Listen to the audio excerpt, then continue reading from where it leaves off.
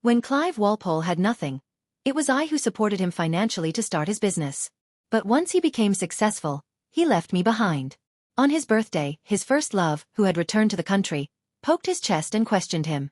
"After all these years of not getting married, do you admit you still can't forget me?" Clive nodded in acknowledgement. They kissed in the corridor, ignoring everyone else around them. I silently recorded a video of it, then threw away the gift I had prepared for him, turned around and shook hands with Clive's first love's fiancée. "Let's get engaged." Ding. This novel reminds you to click the subscribe button in the bottom right corner to read the complete novel. For Clive's 30th birthday, I decided to celebrate it properly, so I hosted a banquet at a 5-star hotel and invited many friends. It was supposed to be a joyous occasion, but he arrived late and didn't seem very happy. After sitting down next to me, he said nothing and began drinking heavily, as if venting something. I frowned and pressed his hand. "Eat something first, your stomach isn't good." He waved his hand dismissively, his tone sharp. "I'm fine." My elbow almost knocked over the plate and I immediately looked displeased. His childhood friend, Travis, quickly tried to smooth things over. "Erica, you rest. I'll take care of Clive." I sighed and was drawn to the engagement banquet across from us. Compared to the tense atmosphere between us, that side was much livelier. Through the microphone, the engagement ceremony's proceedings were clearly transmitted over. When the host announced the exchange of rings between the future bride and groom, Clive suddenly stood up. "I'm going to the restroom." He moved so forcefully that the chair fell backward to the floor. He was usually calm and rarely showed such intense emotions. Watching his departing figure, I tugged at the corners of my mouth, poured myself a full glass of wine, and drank it all in one go, mimicking his actions. Afterward, I also got up and went out the door, as I expected. At the end of the corridor, in the opposite direction of the restroom, Clive was leaning by the window, smoking. A step away from him stood the bride-to-be from the engagement banquet. She looked even more beautiful in person than in the giant wedding photo displayed at the hotel's entrance. Even her expression as she questioned Clive was stunningly beautiful. "Why are you here?" Clive reverted to his usual cold demeanor, flicking ash out the window. "None of your business." "None of my business? Can you honestly say it's not because of me?" I only recently found out that Clive Walpole had a childhood sweetheart. Half a month ago, I borrowed his computer to handle some work. Due to an operational error, a file got deleted. When I went to the recycle bin to retrieve it, I accidentally saw a deleted folder, Clive Walpole and Sybil Watson Forever. The name was so unique that I restored the file. It was full of photos, pictures of Clive and another girl from when they were 7 or 8 years old to 17 or 18. The photos were old, all from before I met Clive. So I didn't know that the Clive of the past was so sunny and cheerful with a big smile and would playfully tug on a girl's braids. I also didn't know that his gaze could be so tender when looking at a girl. I've been dating Clive for 5 years and am quite familiar with his circle of friends, but I've never heard the name Sybil Watson. Next, I checked the file modification history. I found that this long dormant folder had recently been frequently deleted, restored, deleted again, and restored again, connecting this to his recent occasional distraction and preoccupied behavior. My woman's intuition told me that this person who had disappeared from his life for a long time had reappeared, and she could still stir his emotions. After restoring the file to its original state, I immediately contacted Clive's childhood friend, Travis. Under my threats and bribes, he told me that Sybil Watson was Clive's first love, and they had a very good relationship. Especially Clive, he treated her like a treasure.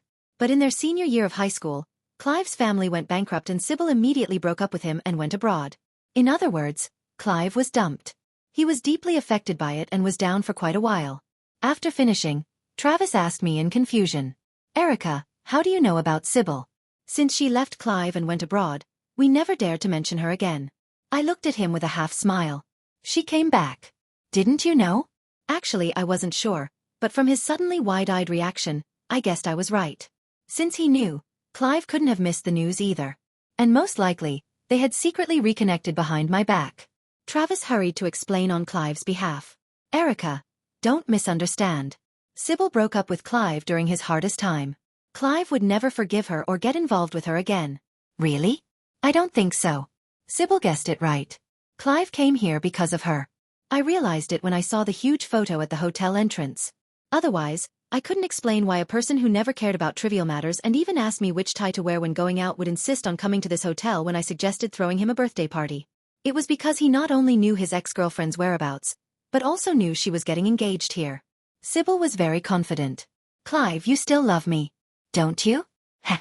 Clive laughed mockingly. Don't you think it's ridiculous to ask that? You're about to get married, and I also have a girlfriend. Sybil nonchalantly pouted. My fiancé was chosen by my parents. I don't even like him.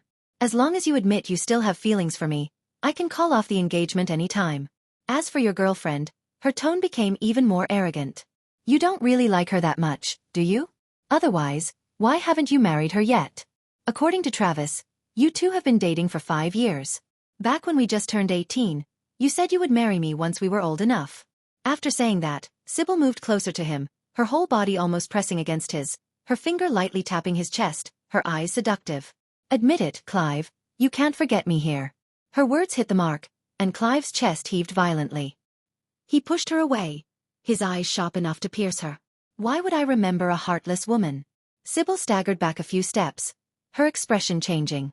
Do you think I wanted to? I was so young then, my parents forced me to break up with you. What could I do? Do you know, when I was first taken abroad, I nearly died in the hospital from starving myself. Tears welled up in her eyes, hanging on her lashes, stubbornly refusing to fall. She looked truly pitiful. Clive's expression shifted repeatedly, yet he stayed where he was, seemingly caught in an internal struggle. Sybil couldn't wait any longer. She suddenly stepped forward, wrapped her arms around Clive's neck, and kissed him. When Clive returned, it was just in time for the cake cutting. On the surface of the dark chocolate-covered cake were stick figures of him and me and our initials. I had specifically requested the pastry chef to make it this way. I had personally gone over the entire banquet hall's decorations and the guest list. The more effort I put in back then, the more ridiculous it seemed now. Travis called out to him. Clive, where did you go? Come and make a wish. Clive was pushed to the center. Probably still lingering in the emotions of rekindling his old flame with Sybil. He closed his eyes symbolically and then impatiently blew out the candles in one go. Travis patted his shoulder and then craned his neck to ask me. Erica, what gift did you prepare for Clive? For a moment, I became the focus of everyone, including Clive. His eyes were still cold. He had always been like this towards me, even in moments of passion. I thought he was just born this way. Turns out he wasn't. I put down my phone, propped my head up, and asked him, do you want to see the gift I prepared for you? He loosened his tie with one hand and spat out 2 words, whatever. My eyes caught sight of the red mark on his shirt collar, and I smiled. I really put my heart into it. Take a look. Without waiting for his response, I opened my phone under the expectant and curious gazes of everyone. The next second, the banquet hall screen lit up. The footage of him and Sybil Watson kissing in the hallway played like a short film on the big screen, incredibly clear. Everyone was stunned, looking at each other in shock, not daring to speak. In this eerie atmosphere, I walked up to Clive and said word by word, let's break up. I don't want you anymore, Erica Loris. You'd better give me a reasonable explanation. Clive pulled me out of the hotel with a grim face. When we got home, he didn't even take off his shoes before demanding an explanation from me. He really seemed furious. My mood, however, had improved and I leisurely walked to the sofa and sat down. Explain what? Sorry for bumping into your cheating ex-girlfriend? Or should I have been more sensible, pretended not to see anything, and then automatically backed off to make room for your first love? He frowned. I never said I wanted to break up with you. I was so angry I laughed. The way he said it, it was like he was doing me a huge favor. Even if he rekindled his old flame, he could still leave a spot for me. How cheap must I be in his heart? Well, I was really good to him. For 5 years, I helped him start his business and took care of his life. Even though he wasn't as considerate as other men and never tried to make me happy, I never complained. Loving him to this extent, of course, I had to let him have his way. Too bad he misjudged me. I took out a car key from my bag with a talisman hanging on it. This was the gift I had originally prepared for him. The talisman was something I had painstakingly sought from a temple. I tore it off and threw it into the trash can. Clive Walpole, you're too confident. Do you really think I, Erica Loris, can't live without you? Do you think that after discovering your affair, I would beg you not to abandon me? To tell you the truth, if I had known you had such a past, I wouldn't have been with you from the start. Between Clive and me, it was he who took the initiative. During the summer vacation of my sophomore year, I interned at my dad's company and met Clive. He had just graduated and was preparing to start his own business, seeking investment from my dad. In the scorching heat, he wore a shirt and waited under the sun for a long time. When we came out of the restaurant, he suddenly stepped forward and took a business plan out of his bag. Mr. Loris, I'm sorry to bother you, but I hope you can take a look. This project is absolutely... Before he could finish, my dad got into the car. On the way, He told me that people came to him for investment every day. Most of these young people were overly ambitious, driven by passion, and gave up after a few setbacks. It wasn't worth wasting time on them. But he changed his tone. This young man is a bit interesting. I've already rejected him a few times, and he still hasn't given up. Sure enough, a few days later, I saw him again outside my dad's company, still in a white shirt and black pants, standing there straight, standing out from the crowd, very eye-catching. I walked up to him. "Clive Walpole, I'll invest in you." He was a bit surprised. "You know me?" "Of course, we go to the same college." I knew he was excellent, always top of his class for 4 years, and had won several prestigious awards. So at first, I was really just optimistic about his prospects and approached him with the aim of making money. But feelings are strange like that. They can change in an instant. That moment between Clive and me happened on my graduation day.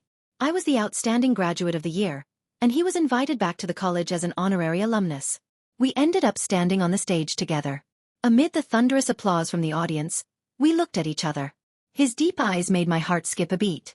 In that atmosphere, a thought suddenly popped into my mind. If he could be involved in every important moment of my life, it wouldn't be so bad. I think I fell in love with him. The feelings accumulated over 2 years of intermittent contact converged at that moment, overwhelming me. But I did nothing.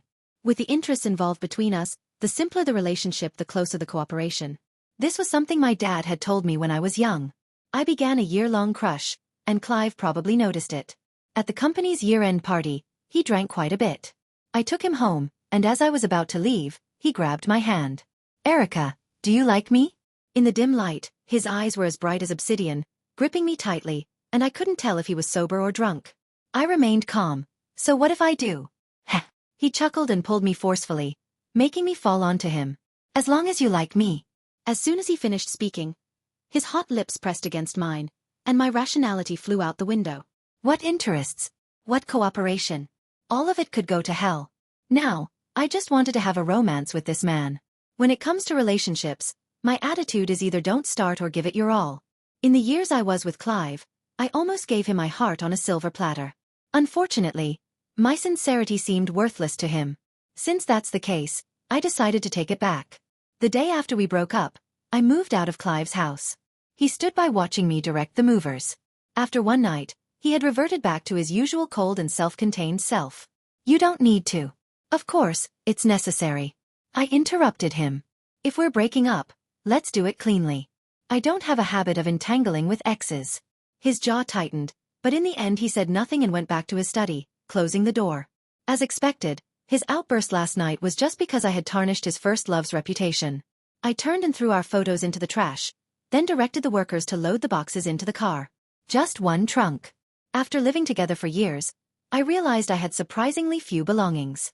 Perhaps, subconsciously, I had already sensed that this relationship wouldn't last. Clive got together with Sybil Watson. One just broke up. The other called off an engagement. They couldn't wait to share their happiness with the world. Clive arranged for Sybil to join the company as his personal assistant. In front of our colleagues, Sybil walked up to me. "Miss Loris, Clive, let me join the company. I hope it doesn't upset you." This was our first direct confrontation. It was obvious she harbored animosity towards me. In fact, after the breakup, I had thought about it between Sybil and me. Clive would undoubtedly choose Sybil without hesitation. It wasn't surprising at all. Sybil was the first mark on the blank canvas of his emotions, and in his lowest moments she had cruelly stabbed him in the heart. Such intense love mixed with intense hate. How could it be easily forgotten? In comparison, I seemed shallow. Although I helped him when he was down, it wasn't a rescue. When I met Clive, his family had been bankrupt for years, and he had already come to terms with a drastic drop in his living standards. To him, I was merely an investor. The project succeeded, he made me money, and we were even. Even our relationship was something two adults started after weighing the pros and cons. Of course, it couldn't compare to the reckless purity of youth. So I made peace with it and planned to get along with them amicably. The love was gone, but the career was still there. Why not make money together? But some people just couldn't resist stirring up trouble. Sybil's position was Clive's assistant, but she acted with the authority of a hostess. Within just a week of joining the company, she wanted to fire Clive's executive assistant. Phoebe was someone I had recommended to Clive. She was our junior in college, very capable, and I had recruited her right after graduation. She had never made any mistakes at work. I had promised her that as long as I was in the company, No one would dare to bully her. When I went to Clive to demand an explanation, Sybil was also in his office. Clive, I heard this restaurant is really good. Let's go there after work. Clive didn't even look up, you decide. Sybil was unhappy. She grabbed his hand and sat on his lap. Are you annoyed with me? You're not even looking at me. Clive sighed. Sybil, I'm working. I don't care. She wrapped her arms around Clive's neck, her red lips slightly parted, moving closer to him. Just as they were about to kiss, I pushed the door open and entered. Mr. Walpole, we need to talk. Sybil jumped up. How rude of you. Don't you know how to knock? Leave, we need to discuss business. Who are you to order me around? I'm your superior. You. She turned to Clive for help. Clive, look at her. Sybil, please leave first. Reluctantly, Sybil left. Clive adjusted his clothes and poured me a cup of coffee. Please sit. I stood where I was. Why are you firing Phoebe? She was negligent at work. I hope by negligence you don't mean she refused to run errands for your girlfriend to buy a bag. Phoebe had told me that Sybil didn't like her being close to Clive and assigned her menial tasks. Once, after work, she had to travel half the city just to bring Sybil a drink while she was getting a facial. Clive raised an eyebrow indifferently. Part of the executive assistant's duties includes taking care of the superior's life. I think that's well known. As for whom to take care of, whether it's me or Sybil, it makes no difference. I frowned so hard I could crush an ant, barely believing these words were coming from Clive's mouth. He had never been one to mix business with personal matters. Now, for Sybil Watson, he was abandoning his principles. Phoebe was still squeezed out by Sybil. I personally escorted her out of the company while waiting for the car. She held her packing box, hesitant to speak, but couldn't hold back. Erica, you need to be careful. I caught the flash in her eyes, understanding her meaning. Sybil wasn't just a pretty face. She seemed to be making things difficult for Phoebe, but in reality, she was targeting me. Everyone in the company knew that although Phoebe was Clive's executive assistant, she was closest to me. They assumed Phoebe was my plant to keep an eye on Clive's every move. So it was no surprise that Sybil wanted to get rid of Phoebe. I guess she would next suppress everyone close to me until she stripped me of my power and drove me out of the company. And she was doing all this because Clive supported her. It was all my own doing. Over the years, as the company developed, the organizational structure kept changing, and I had previously thought there was no need to bicker too much between lovers. Clive's influence had surpassed mine. I took a deep breath, suppressing the anger in my heart. Since I had loved recklessly back then, I naturally had to bear the consequences now. Of course, I wasn't so incapable that I couldn't even keep Phoebe, but a head-on confrontation was the most foolish approach. I patted Phoebe's shoulder. Go home and rest for a few days. Consider it a vacation. I promise I'll get you back soon. Whoever creates the most value holds the most power. This saying holds true everywhere. I went to find Adrian Harris, the only son of the Sky C Group. Sky C was wealthy and influential, a sought-after partner in the industry. For the past 2 years, Clive had never stopped trying to contact them. But for some reason, the collaboration had never been finalized, reportedly because Adrian Harris was blocking it. I needed to have a good talk with him. This young master was also a legendary figure in the circle. He was very capable at work and loved to play, regularly inviting a bunch of friends for gatherings every month. Coincidentally, I had an invitation. This time it was a pool party. When I arrived, I saw men and women dressed lightly, playing and chasing around the pool, making it very lively. Adrian wasn't participating. He was playing on his phone under a sun umbrella. I walked up to him. Mr. Harris, do you have a moment? He lifted his eyelids and glanced at me without thinking. He replied, no. What would make you have time? Swim a lap. Simple. Without another word, I took off my outer clothes and shoes and dove into the water. After a quick lap, I emerged in front of him, wiping the water off my eyelashes. Do you have time now? He finally put away his deadpan expression, set down his phone, and looked at me with a faint smile. Erica Loris, you really haven't changed a bit. Still so ruthless. That long-lost address brought back memories. Speaking of which, Adrian and I had a bit of a history. In high school, we attended the same school. He was a notorious playboy, dating all the pretty girls in school, and then he set his sights on me, sticking to me like glue. Eventually, I got fed up. When he thought he was being very suave by preparing a grand confession for me in front of a crowd, I picked up a megaphone and said, word by word, I don't like you, not at all. Stay away from me. I still remember how his face turned black as if he had just returned from a vacation in Africa.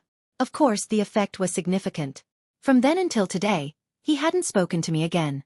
Given that, Why did I think he would cooperate with me? I guess I should thank Sybil Watson.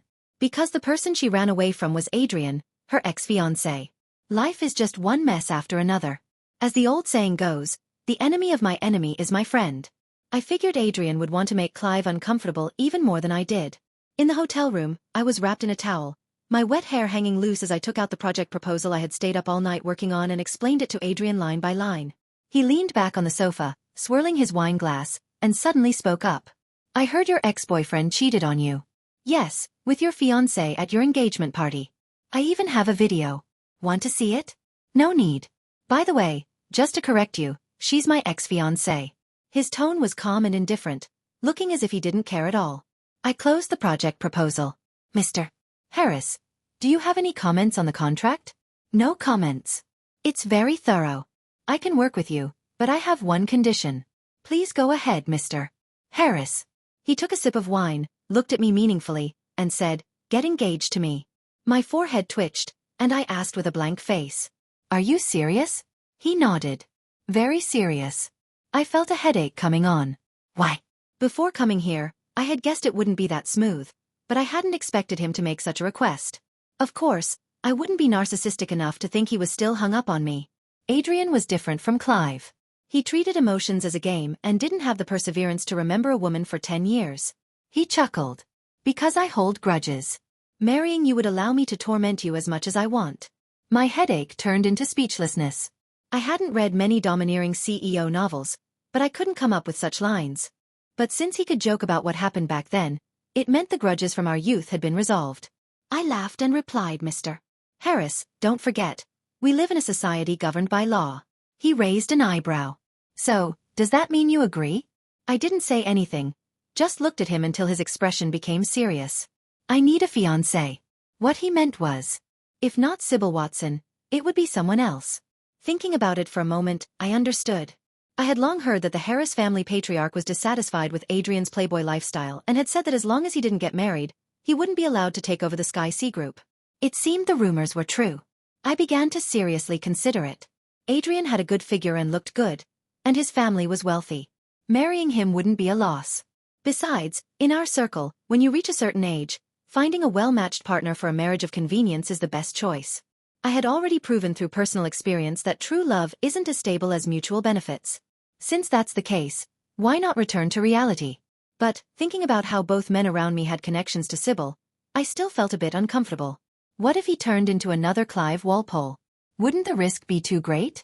Adrian saw my hesitation and immediately threw out a bait. I'll add 2 more points to the contract price. Deal. Holding the contract signed with Adrian Harris, I called back Phoebe and promoted her to the position of marketing manager. Clive didn't object to this, but his face didn't look too good. After the meeting, he sent the others away and asked me seriously. You're getting engaged to Adrian Harris? Yes. Why? It's suitable. He ruffled his hair in frustration. Erica, don't ruin your life just to get back at me. I felt a mix of emotions. I didn't know whether to laugh at his overconfidence or thank him for his concern. After all these years, my kindness to him hadn't been entirely in vain. After thinking for a moment, I told him, relax, you don't have that much influence. Besides Clive, Sybil's reaction was also noteworthy. In the break room, she stormed up to me. Erica Loris, do you like picking up things I don't want that much? First Clive, now Adrian. Do you have to be involved with every man I've dated? Her eyes were wide open and she was breathing heavily, as if I were the one stealing her boyfriend. I had heard from Travis that she had a princess syndrome, wanting the whole world to revolve around her, the kind who would rather destroy what she didn't want than leave it for others. It seemed she hadn't been wronged. Didn't Miss Watson break off the engagement herself? What? Do you want Adrian to remain celibate for you? Why don't you ask him first if he's willing? Are you reacting so strongly because you regret being with Clive? Of course not. Her expression was a bit guilty. Yes. How could she have the nerve to regret it? Clive treated her extremely well, gifting her villas and luxury goods, giving her shares, even supporting her father's investments with his own money. His love-struck behavior surpassed even what I had been through. What more could she be dissatisfied with? Ignoring her, I had a lot to do. Not to mention the company affairs, the engagement with Adrian was also on the agenda. The drama of his ex-fiancée running off with someone else hadn't even ended, and he was already planning another grand engagement banquet. I needed to come up with a flawless explanation to deal with people's speculations. There were many things waiting for me to handle. I didn't have time to waste on her. But Sybil didn't understand human language. While I was trying on engagement dresses with Adrian, she walked into the same store, arm in arm with Clive. "You guys are here to try on wedding dresses too? What a coincidence." No one responded. She leaned her head on Clive's shoulder, looking sweet, and said, "Clive and I are also getting married." As she said this, she looked at Adrian. Unfortunately, the young master was busy enjoying his drink on the sofa and didn't even spare a glance. So Sybil turned to look at me. "Why don't we do it together? I can't decide which one to choose." "Erica. Can you help me, Erica?" I have to say, I really admire Sybil Watson. Even though she would love to stab me twice behind my back, she can still act like we're best friends on the surface. I ignored her and took my dress to the fitting room. When I came out, she was standing outside with her arms crossed, looking at my dress with a smile that didn't reach her eyes. "Erica, did you know that I also chose my engagement dress with Adrian at the store?" I was getting a bit annoyed. "So what? Did you put your name on the store so no one else can come?" "Not at all. I just thought that when Adrian brought you here, he must have remembered me. He personally helped me pick out my engagement dress back then. And you know what? His parents really like me. You haven't met them yet, right? Do you want me to give you some tips? It seems she's not only a princess, but also delusional. I don't want to have anything to do with her, so I walked away." "I'm not finished. Don't leave." She tried to grab me. "You're so annoying." I swung my hand back and she stumbled a few steps, knocking over a mannequin in the display area. Then my foot got smashed. Damn it. Our deal is off. My right foot's little toe was fractured and I would be immobilized for some time. After getting bandaged at the hospital, I spoke angrily. Adrian, who was about to help me into the car, paused, and his tone was helpless. "My dear, it wasn't me who hurt you. Why are you blaming me?" "It wasn't you, but it was because of you." The pain from my injury kept throbbing, and in the end, this person in front of me was also to blame. Seeing him made me angry, so I didn't care about the consequences and took out my phone to call my family's driver. But he snatched it away. Adrian coaxed me like a child. "I'm sorry, it's my fault. I apologize. What do you want?" "I'll compensate you." "Compensate?" I said angrily. "Then you break a bone too." He raised an eyebrow. "Are you serious?" I remained silent. "All right." Then he glanced inside the car, grabbed the thermos from the armrest box, placed his left hand on the car body, and raised the cup with his right hand, aiming at his index finger. "You're crazy." I angrily grabbed his hand. Even though I knew he was just acting, at least his attitude was sincere. I was acting on impulse anyway. As my anger gradually subsided and I calmed down, I asked him, "What's the deal with you and Sybil Watson?" Although Sybil broke off the engagement with Adrian for Clive after these two encounters, I felt that her feelings for Adrian were not just possessiveness. It seemed more like unwillingness and jealousy. Adrian raised an eyebrow. "I thought you would never ask." "If it weren't for today's incident, I wouldn't have asked. It's normal to have exes, but since she's affecting me now, I need to understand clearly. This is called risk avoidance." He shrugged his mouth but still told me. "We met through a blind date. I only saw her a few times. She was very good at pleasing my parents. I got tired of being pressured, so I agreed to the engagement. Later she broke it off." It sounded like a simple story. Is it really that simple? It's that simple. Adrian looked completely honest, but this was different from what I heard Sybil tell Clive and, "From what you said, she was willing to marry you. So why did she break off the engagement and run off with someone else?" Adrian shrugged. "Who knows? Isn't it sad that a woman's heart is like a needle at the bottom of the sea?" He touched his nose. "This guy is hiding something from me." Adrian had many unusual behaviors. He seemed to have suddenly changed, becoming extremely considerate towards me. The doctor said it was best not to strain the injury and advised me to rest at home. Knowing that my parents were on vacation abroad and I was living alone, Adrian brought his family's maid over. "You can't move around conveniently now. Camille will take care of you." The kind-faced, middle-aged woman smiled at me. Behind her stood two more people, acting as labor, carrying large bags. I glanced at them, fresh ingredients and nutritional supplements. There were all sorts of things. Were they planning to open a supermarket at my place? And that wasn't all. Adrian also personally acted as my bodyguard, staying at my house whenever he had time, hovering around me like a surveillance camera. He wouldn't let me carry heavy things or walk around too much. Even when I went to the bathroom, he insisted on helping me. I was speechless. "I'm injured, not disabled. You don't have to be so exaggerated. Go do what you need to do. If you want to go on a date, Go on a date.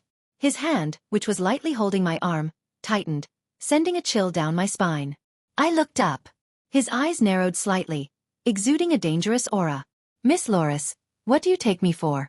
Do you think I would mess around with other women when I have a fiancé? So he actually had principles? When I chose to cooperate with him initially, I was prepared for us to live our own lives after marriage. Are you planning to find a pretty boy after marrying me? No, I wouldn't. Good. After saying that, he suddenly cupped my face and planted a kiss on my forehead. I was completely stunned. When I came back to my senses, I quickly pushed him away and darted into the bathroom, closing the door behind me. The warm and soft touch on my forehead lingered as I stared at myself in the mirror, lost in thought. To be honest, after spending time with Adrian, I had a much better impression of him. Not only was he serious about his work, but he also didn't seem to be as restless as I had imagined. As long as he wasn't working overtime, he would come to my house on time to have dinner with me. After dinner, he wouldn't rush to leave either handling work on his computer or watching movies with me. Moreover, he was completely different from Clive. His personality was arrogant yet straightforward, saying whatever was on his mind and never sulking. I didn't have to cater to his emotions like I did with Clive. As a result, it was quite easy to get along with him. I even thought that this business marriage might be better than I had imagined, but I wasn't prepared to fall in love with him. After all, having already learned from Clive, I didn't want to suffer again.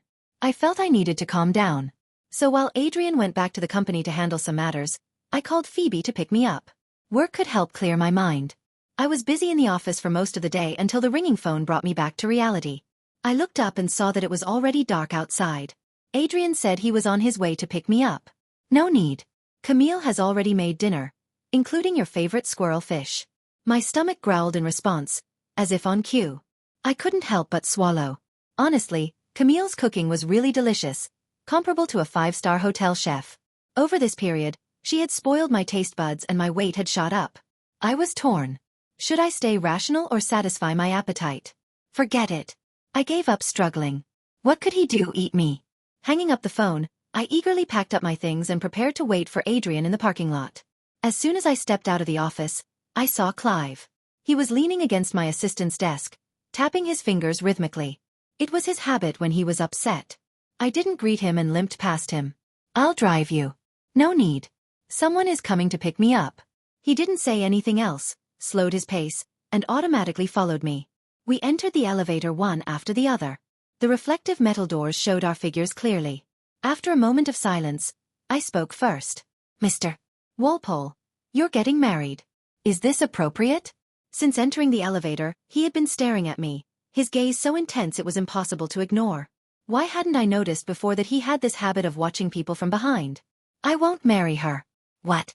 I won't marry Sybil Watson, he repeated, looking very serious. It was quite surprising. But this was Clive, always unpredictable. In the past, I would have been troubled by this, trying all sorts of ways to get into his heart. But now I realized I could change my attitude. What does it have to do with me? His face suddenly stiffened and his eyes showed a hint of helplessness as he stared at me. As the elevator neared the ground floor, he suddenly bent down and rested his head on my shoulder. Erica, I love you. Please wait for me, okay? My instincts told me that Clive was acting strange. It didn't take long for the answer to reveal itself. Sybil Watson's family was in trouble. Her father had invested in a shady business and was reported, leading to his arrest on the spot. The Watson family company was also implicated. The Watsons were facing bankruptcy, and Sybil sought Clive's help. The outcome was unexpected for everyone. Not only did Clive refuse to help, but he also demanded immediate repayment of the money he had previously lent her father, as well as the luxurious villa he had gifted her. He turned his back on her with lightning speed. Phoebe told me that Sybil was stunned and caused a scene at the company, only to be dragged out by security that Clive had called, losing a shoe in the process. Phoebe asked me, Erica, what do you think Mr.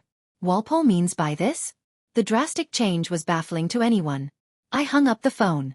Today was my first visit to Adrian's home, having dinner with his parents. Sybil was right. Mr. and Mrs. Harris were very hospitable, with a sense of urgency as if they feared their son would remain single forever, thus treating every girl who came to their home with utmost care. When I was about to leave, Mrs.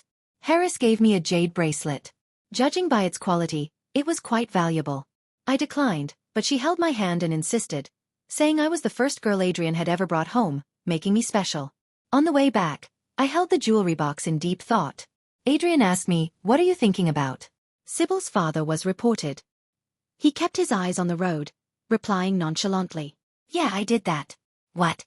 I almost dropped the jade bracelet. "I thought it was Clive." "She's caused you trouble several times, hasn't she?" "Since she has so much free time, I thought I'd give her something to do." Hearing this from Adrian was shocking, yet somehow expected. Back in school, I noticed that Adrian had a major trait. He was very protective. Anyone he considered his own was never to be bullied.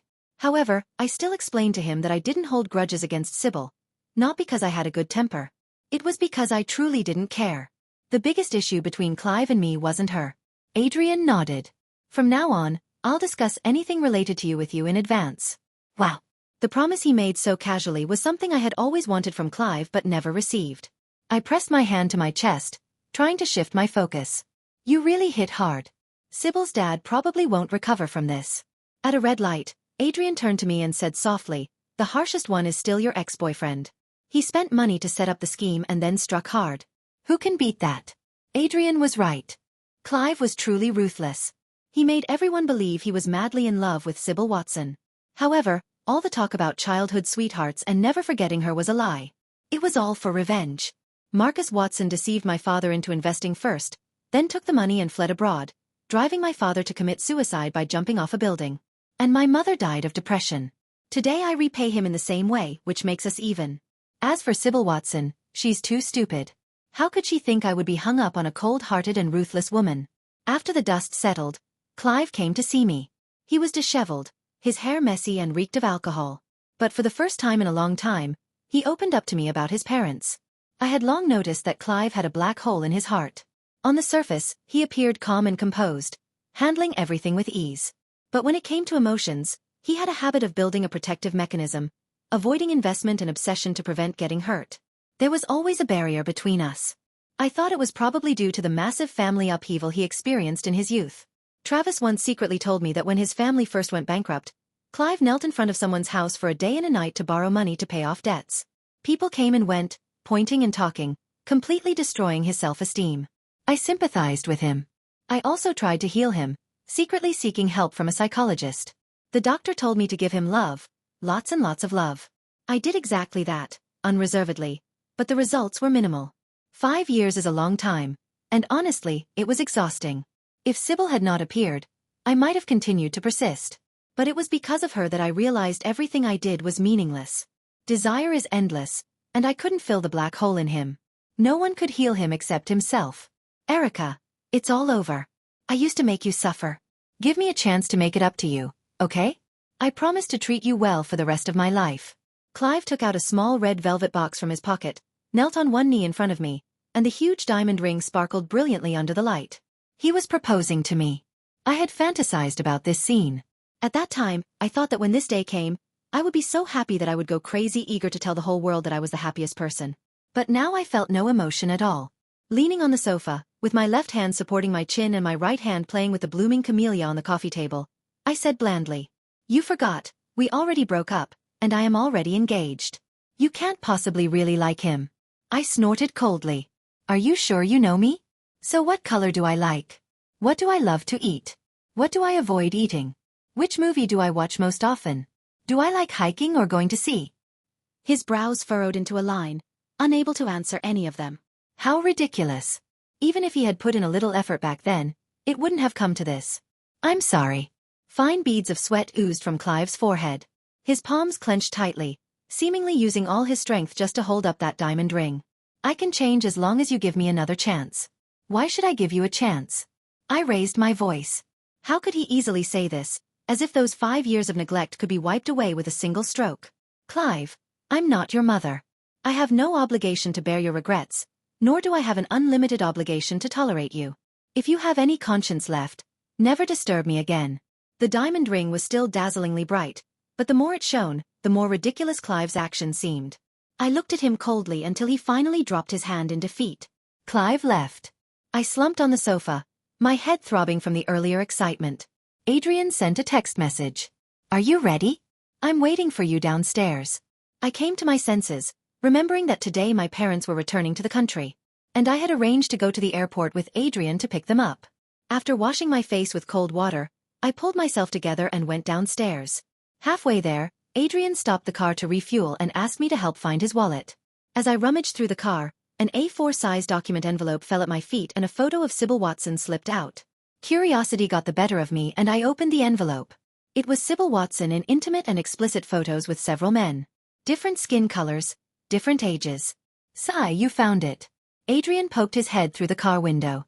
I should have destroyed them earlier. I waved the photos in my hand. This is the real reason she broke off the engagement, isn't it? You threatened her with these? He shrugged, admitting it. She had a wild time abroad. I said if these photos got out, not only would my parents oppose it, but she wouldn't have a chance to catch a rich husband. I asked you before, why didn't you tell me? Afraid you'd tell your ex, and if you got back together, where would that leave me? There was a hint of bitterness in his tone, and the anger Clive had caused me dissipated completely. I took his hand proactively. Let's go, my parents are waiting. They can't wait to meet you. The past cannot be pursued, but the future is still promising.